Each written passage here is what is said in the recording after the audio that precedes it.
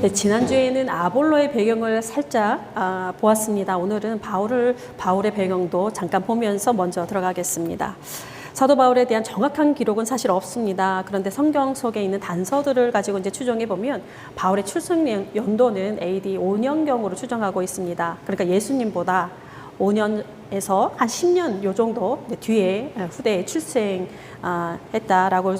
보통 알고 있는데 예수님보다는 한참 한 10년 정도 어린 그러한 사람입니다.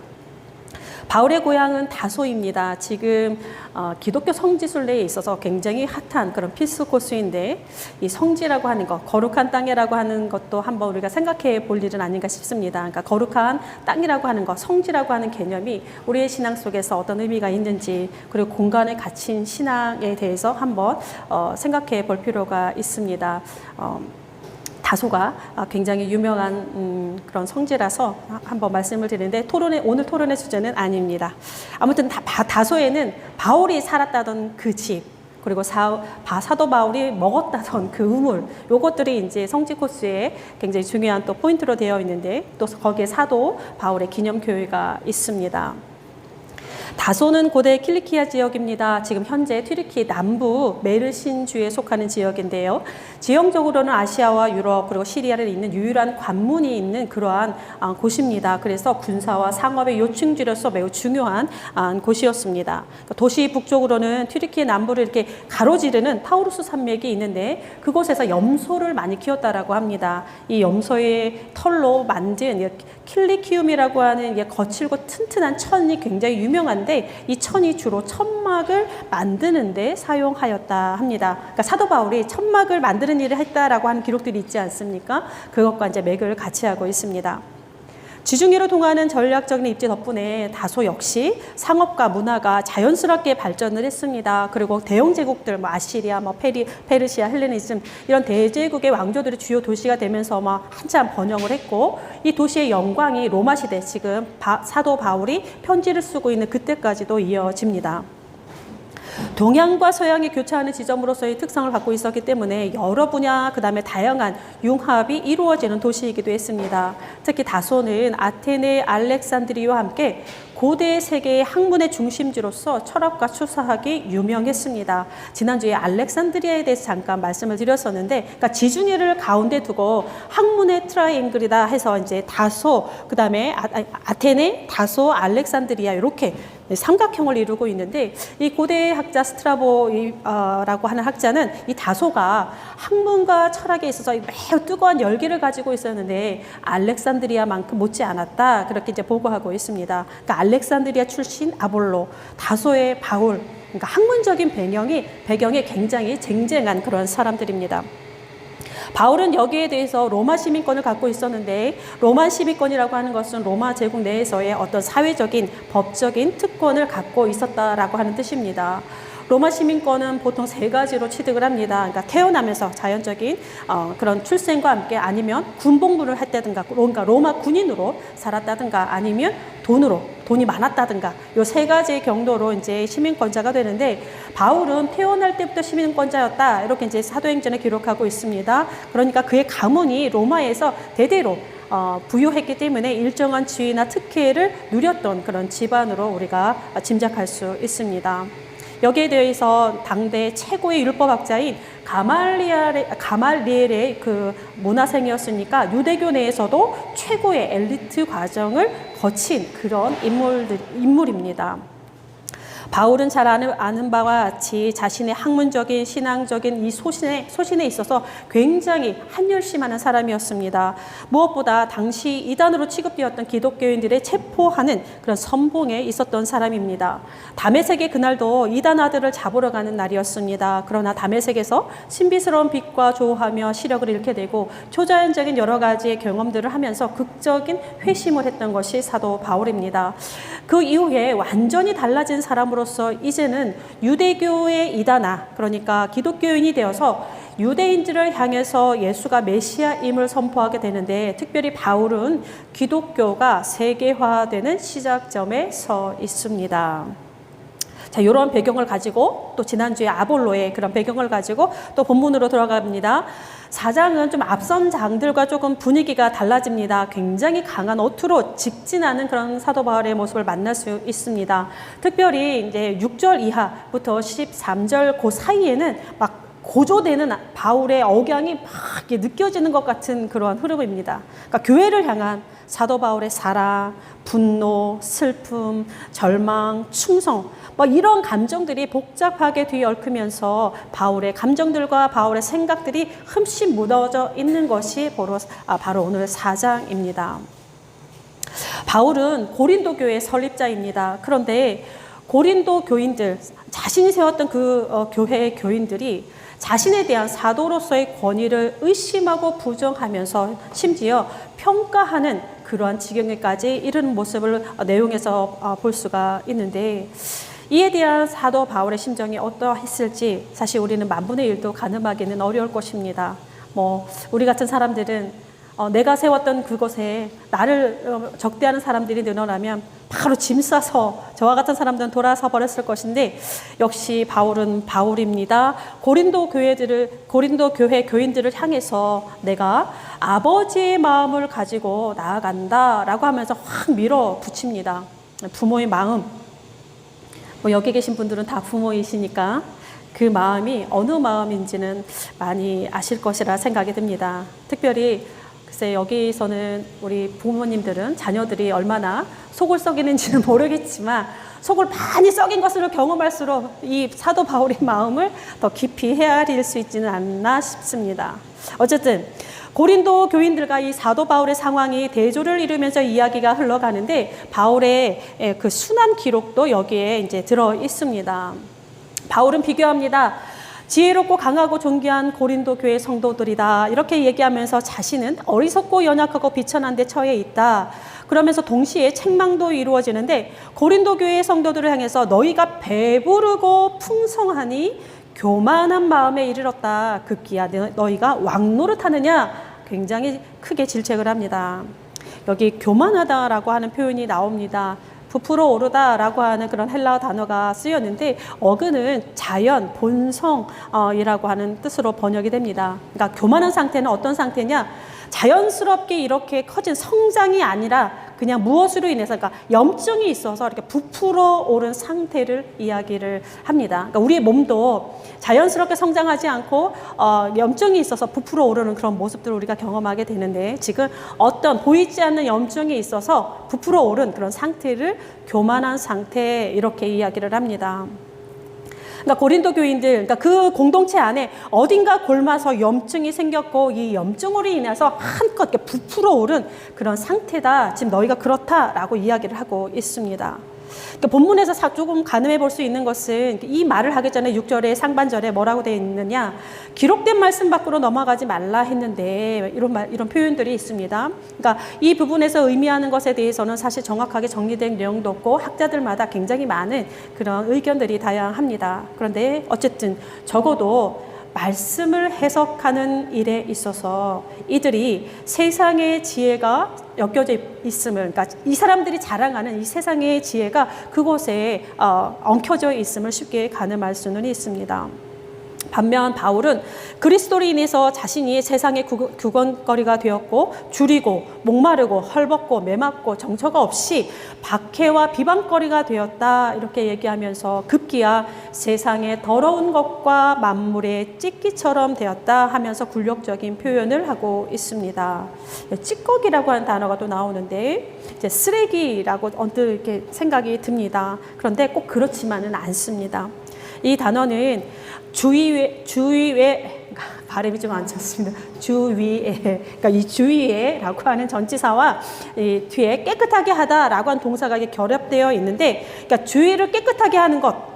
그러니까 고대 문화적 배경에서는 대속의 제물, 그러니까 그런 의미로도 굉장히 많이 쓰입니다. 그러니까 찌꺼기라고 하는 단어가 주위를 깨끗하게 하는 것이라고 하는 그런 의미로도 쓰입니다. 그러니까 공동체의 불결함을 대신 짊어지는 희생물, 그러니까 버려져서 공동체를 정화하는 존재라고도 해석할 수가 있습니다. 그러니까 사도 바울은 공동체를 위해서 버려지는 그래 버려진 그런 존재와도 같다라고 하는 의미를 포함하고 있습니다. 그러니까 아무 때도 쓸모없는 쓰레기가 아니라 공동체를 위해서 주의를 정화시키기 위해서 버려진 그런 찌꺼기라고 또 표현할 수 있습니다. 그러니까 자신의 어떤 사역과 존재를 이렇게까지 말할 수 있고 행동할 수 있는 거, 조금 전 말씀드린 대로 바울이 고린도 교인들을 향해서 부모의 마음을 가졌기 때문에 그렇습니다. 그래서 맨 마지막에 보면은 내가 매를 들고 나아가랴, 온유와 사랑의 마음으로 가랴, 막 이렇게까지도 표현을 합니다. 거기서 보면 이제 내가 매를 들고 가겠냐, 뭐 이런 표현도 있는데, 이 매라고 하는 것은 지팡이입니다.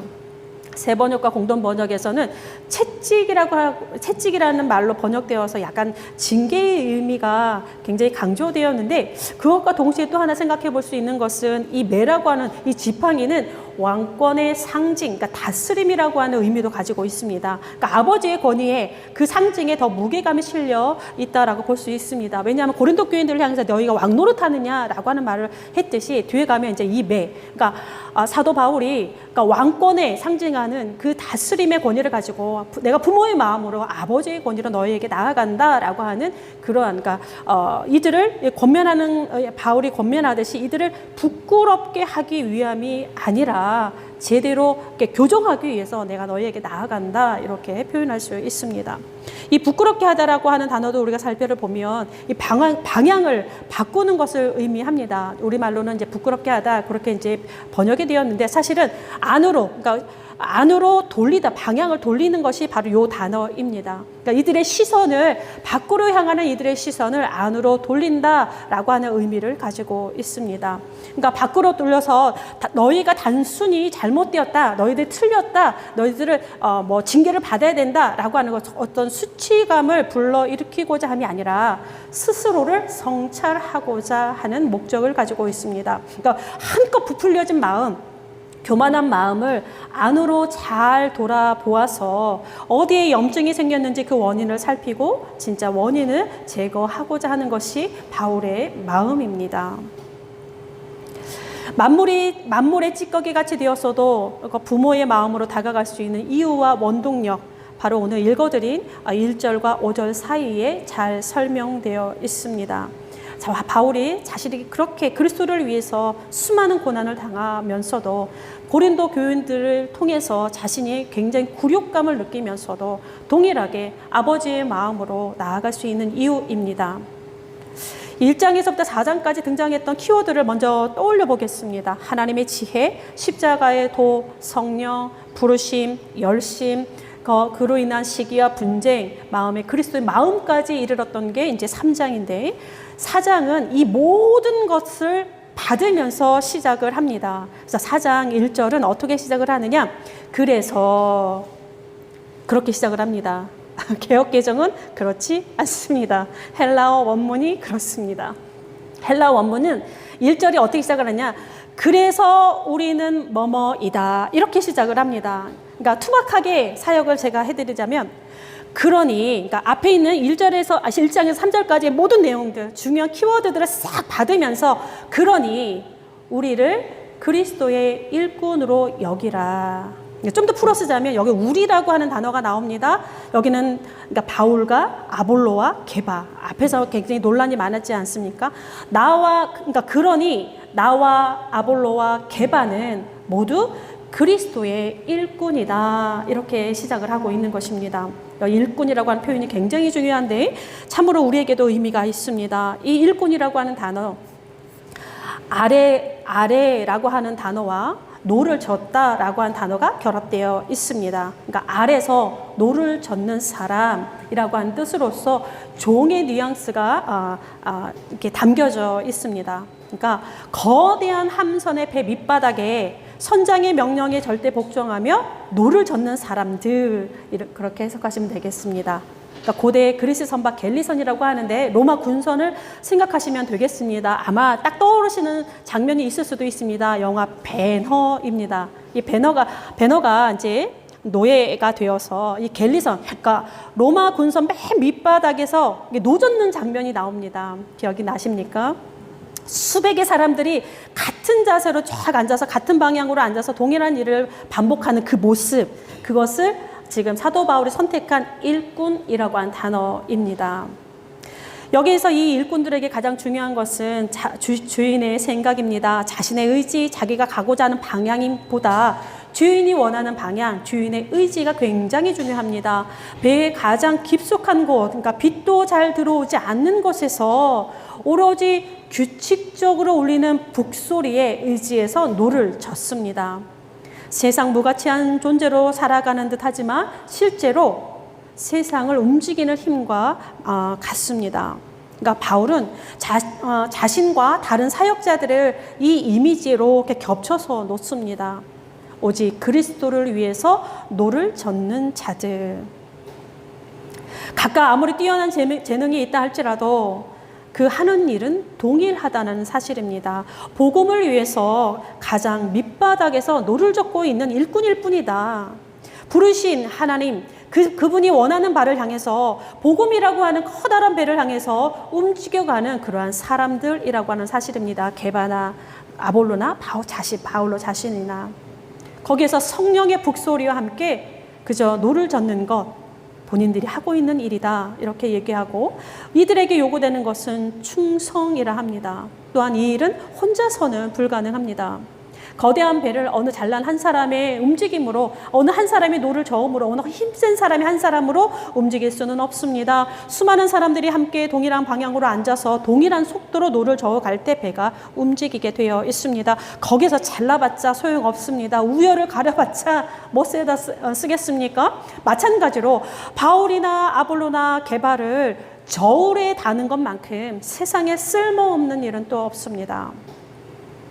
그런데 우리도요, 2000년이 지난 오늘도 우리도 이런 오류 속에서 종종 헤엄치게 됩니다. 그러니까 세상의 저울, 그러니까 성공이라고 이름 붙은 그 저울에 우리 교회들을 달아서 우열을 가리고 목회자들을 거기에 달아서 우열을 가리고 심지어 성도들도 그 저울에 달아서 우열을 가리는 것이 오늘 우리의 모습은 아닌가 돌아보아야 할 일 같습니다.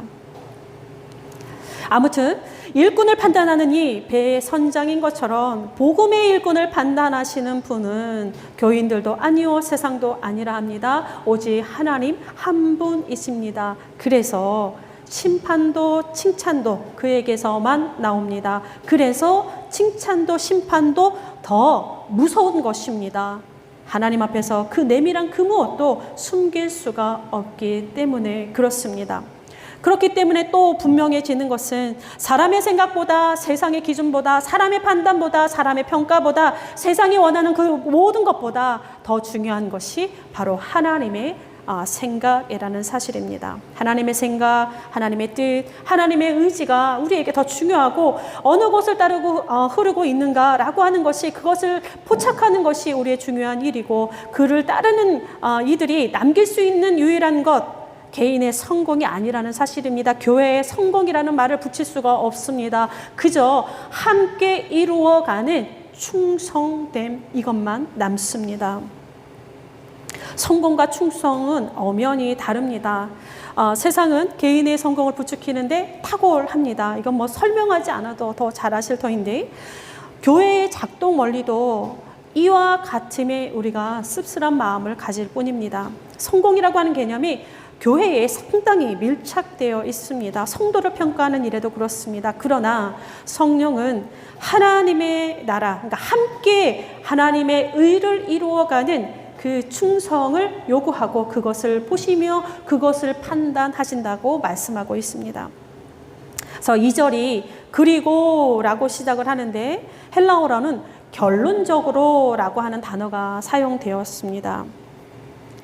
그러니까 4장 전체의 결론으로 보아도 되겠습니다. 맡은 자들, 이제 복수입니다. 그러니까 게바, 아볼로, 사도 바울 다 포함하는 그리스도의 일꾼으로서 아래서 노젓는 모든 자들, 그들에게 모두 요청되는 것은 충성이다라고 하는 말로 사실은 4장을 다 휘감고 있습니다. 충성이라고 한 단어, 신실함이라고 한 단어가 사용되었습니다. 의지할 수 있는 이라고 하는 뜻입니다. 그러니까 하나님의 일꾼이라고 하는 것은 하나님이 의지할 수 있는 그런 사람이다라고 지금 표현하고 있는 것입니다. 함선의 가장 밑바닥에서 노를 젓는 사람들, 일을 맡겨도 안심이 되는 사람들, 주인이 의지할 수 있는 사람들, 그런 사람들이 하나님의 일꾼이다, 이렇게 표현하고 있습니다. 그러니까 교회는 안락하고 평화로운 그런 기분을 제공하는 곳이 아닙니다. 교회는 그리스도의 마음을 품게 하는 것이요, 교회는 그리스도의 일꾼을 길러내야 하는 것입니다. 사도 바울이 중간에 말한 것처럼 예수 그리스도를 본받기 위해서 고군분투하는 본인, 그러니까 예수 그리스도를 본받기 위해서 고군분투하는 본인을 본받으라, 이렇게 이야기를 하고 있는데, 그 초대로, 그 바울의 초대로 우리를 이끌어가고 있다라고 하는 사실입니다. 그래서 교회는 가장 밑바닥에서 묵묵히 노젓는 이들이 많아야 하고, 교회는 세상에 성공한 자로 우뚝 서는 것이 아니라 세상이 하나님을 향해 가도록 그 밑바닥에서 내려가 노를 저어야 합니다. 우리의 일상에서, 우리의 삶의 자리에서, 우리가 만나는 그 곳곳에서 과연 우리는 어느 곳에서 무엇을 하고 있는지, 한 주간도 우리의 삶을 성찰하며 하나님을 향해 이 세상이 흘러가도록 그렇게 노젓는 충성된 일꾼의 삶을 살아가시기를 바랍니다. 기도하겠습니다. 박동현 교수님의 글로 기도합니다. 적자 생존의 법칙이 통하는 경쟁 사회에서는 한 사람의 성공은 곧 다른 여러 사람의 실패를, 나의 행복은 곧 남들의 불행을 뜻하는 수가 많습니다. 이 세상은 정말 모든 사람이 한꺼번에 성공하고 누구나 행복할 수는 없는 것입니까? 세파에 시달리다 한번 제대로 피워보지도 못한 채 한평생을 보내는 사람들이 얼마나 많습니까? 잘난 사람, 건강한 사람, 똑똑한 사람은 그 나름대로, 그러하지 못한 사람은 그 나름대로 활짝 피어날 수 있는 세상은 있을 수 없는 것입니까? 자신의 삶을 한껏 꽃피우기 위해 끊임없이 힘쓸 뿐만 아니라 남들도 활짝 피어나게 하기 위해서 애쓸 수 있었으면 좋겠습니다. 예수 그리스도께서 그러하셨던 것처럼, 사도 바울이 그랬던 것처럼. 예수 그리스도의 이름으로 기도드립니다. 아멘.